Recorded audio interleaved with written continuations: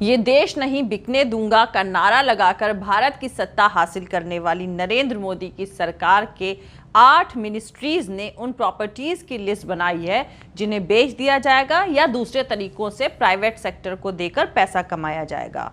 इसके जरिए तकरीबन 2.5 लाख करोड़ रुपए पैदा किए जाएंगे।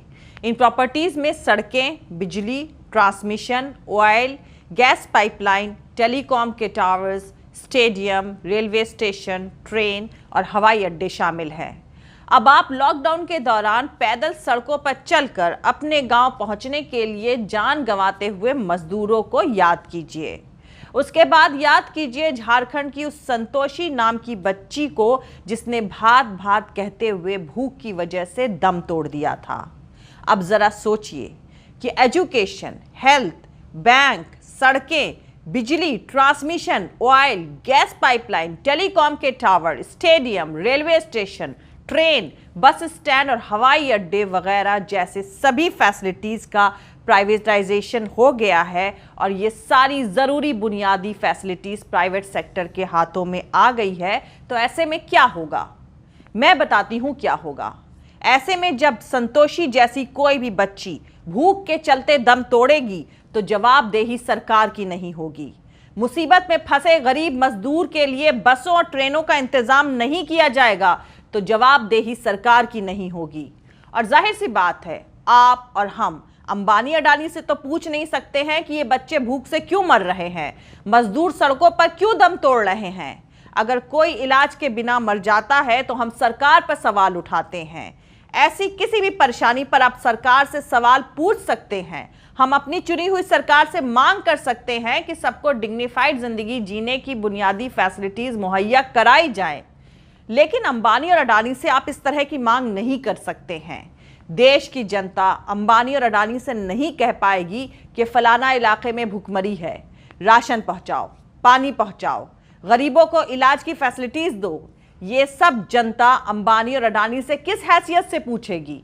दरअसल सरकार अपनी इसी जवाबदेही से बचने की फिराक में है। सबको पता होना चाहिए कि चुनी हुई सरकार कोई प्राइवेट कंपनी नहीं होती है जिसे नेता मुनाफाखोरों का अड्डा बना दें। सरकार वेलफेयर स्टेट के इरादे से काम करती है, लेकिन मौजूदा सरकार खून में कारोबार का मंसूबा पाले हुए है। इन्हें मुल्क चलाने का बस इतना ही मतलब समझ में आया है कि मुनाफा कैसे कमाया जाए। इस तबाह करने वाली समझदारी का ही नतीजा है कि देश की विकास दर साल भर से नेगेटिव में चल रही है, पर देश के 2 कॉरपोरेट्स को जबरदस्त मुनाफा हुआ है। जी हां, वही अंबानी और अडानी। जरा सोचिए, जब देश की अर्थव्यवस्था माइनस में है, जब करोड़ों लोग बेरोजगार हैं, तब इन दोनों की अमीरी दुनिया भर में जलवा बिखेर रही है। देश की इकोनॉमी जितनी नीचे जा रही है, इन दोनों के खजाने उतनी तेजी से भर रहे हैं। हम दो हमारे दो वाली सरकार अपने मकसद में कामयाब हो चुकी है। देश की जनता आपस में बटी हुई है और नाकामयाब है। आपकी यूनिटी यानी एकजुटता तोड़कर सरकार कामयाब है। आपकी आपसी कलह सत्ता पर मजबूत पकड़ बनाए रखने की गारंटी है, चाहे कितने ही बुरे दिन क्यों ना आ जाएं। मौजूदा सरकार ने यह मुकाम हासिल करने के लिए अंग्रेजों की पॉलिसी डिवाइड एंड रूल का बखूबी इस्तेमाल किया है। आज के भारत पर अगर आप नजर डालें तो साफ साफ देख पाएंगे कि अंग्रेजों की फूट डालो और राज करो पॉलिसी का लाइव शो चल रहा है। हर कैटेगरी के लोग परेशान हैं। हर कैटेगरी और क्लास का इंसान अपने लेवल पर विरोध करना चाहता है, लेकिन दूसरे के विरोध को वो मुल्क के खिलाफ या गलत काम समझ रहा है। ये सब कैसे और कितनी प्लानिंग के साथ किया गया, इस क्रोनोलॉजी को समझिए। पहले मुसलमानों पर हमला किया गया, उन पर फर्जी गौ रक्षकों ने हमले किए, हत्याएं की, उनके खिलाफ कैंपेन चलाए गए। जो पार्टी केरल, गोवा और नॉर्थ ईस्ट में हाई क्वालिटी का बीफ सप्लाई करने का वादा करती है, वही पार्टी नॉर्थ इंडिया में गाय के नाम पर बेगुनाहों के कातिलों को माला पहना रही थी, अखलाक के हत्यारों को भगत सिंह के वारिस बता रही थी। CAA यानी सिटीजनशिप अमेंडमेंट एक्ट जैसे कानून इसी लिंचिंग पॉलिसी का एक्सपेंशन था, लेकिन तब तमाम हिंदू इसके सपोर्ट में थे।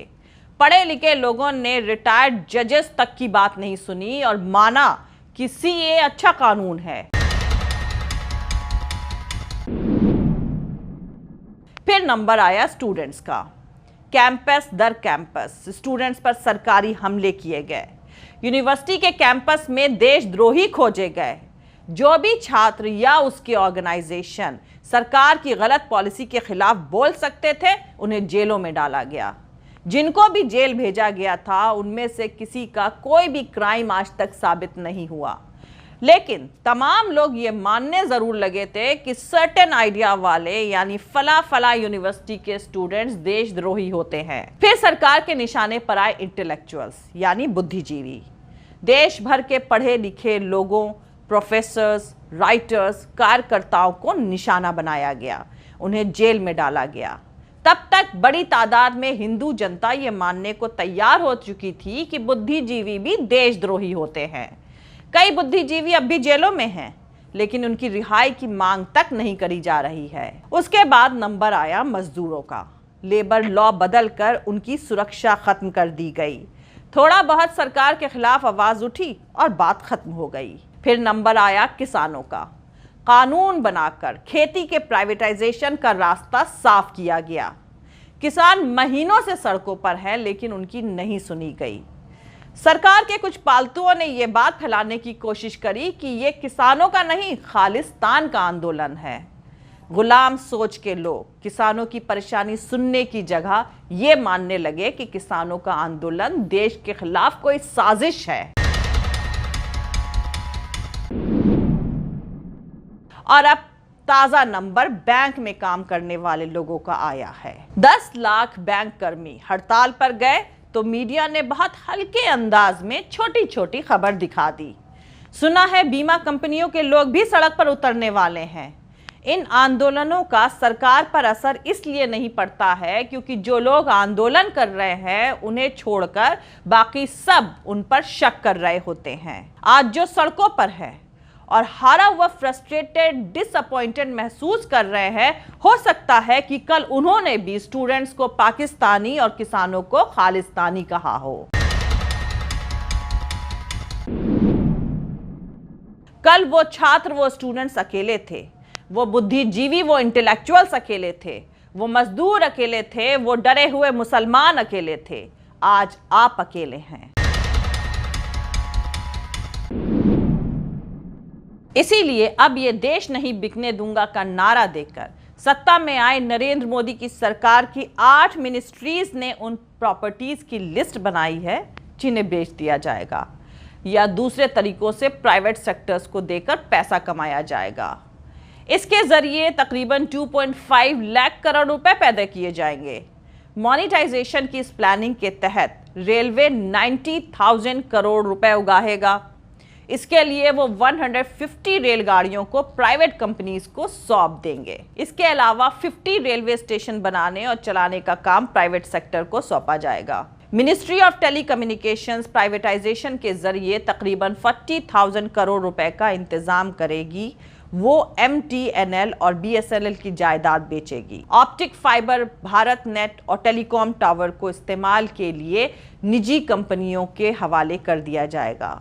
इसके अलावा BSNL के पास जो जमीन है वो उसे प्राइवेट सेक्टर को लीज पर देगा। Ministry of road transport highways यानी सड़क परिवहन राजमार्ग मंत्रालय ने तकरीबन 7,200 किलोमीटर सड़क की पहचान की है जिन्हें वो प्राइवेट सेक्टर को दे देगी। इसके तहत निजी कंपनियां एक निश्चित रकम देकर वो सड़क ले लेगी और उस पर टोल टैक्स लगाकर पैसे कमाएगी। सरकार का मकसद 30,000 करोड़ रुपए उगाने का है। स्पोर्ट मिनिस्ट्री अपने स्टेडियम को निजी हाथों में दे देगा।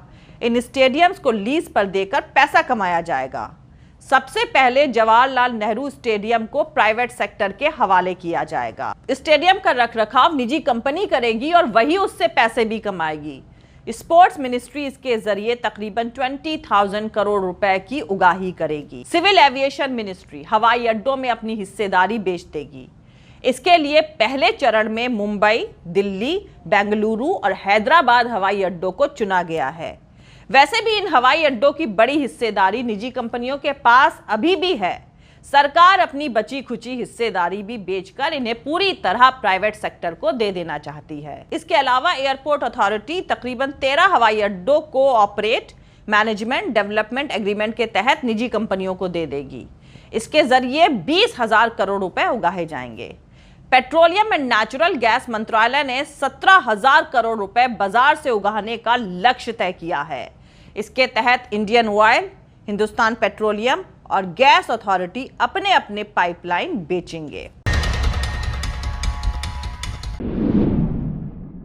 शिपिंग, पोर्ट और वाटरवेज मंत्रालय अपनी जायदाद प्राइवेट सेक्टर की कंपनी को देकर 40,000 करोड़ रुपए का इंतजाम करेगा। इसके तहत वो बंदरगाहों के 30 बर्थ लीज पर प्राइवेट सेक्टर को दे देगा। मतलब मौजूदा सरकार खून में कारोबार का मंसूबा पाले हुए है। इन्हें मुल्क चलाने का बस इतना ही मतलब समझ में आया है कि मुनाफा कैसे कमाया जाए। जय हिंद, सत्यमेव जयते, अल्लाह हाफिज। दोस्तों, हमारा पूरा वीडियो और दूसरे और वीडियोस देखने के लिए हमारा YouTube channel political Tamasha with doctor Arshi को सब्सक्राइब करके वहां पे लगी बेल आइकॉन को ज़रूर दबा दें ताकि आपको हमारे आने वाले हर वीडियो की अपडेट्स मिलती रहे। और दोस्तों, अगर आपको हमारा काम पसंद आता है, हमारे वीडियोस पसंद आते हैं तो www.patreon.com/dr अर्शी खान पर जाकर डोनेट करके आप हमारे काम को सपोर्ट कर सकते हैं। दोस्तों, अगर आपको हमारा वीडियो पसंद आता है तो लाइक और शेयर करना हरगिज़ नहीं भूलें।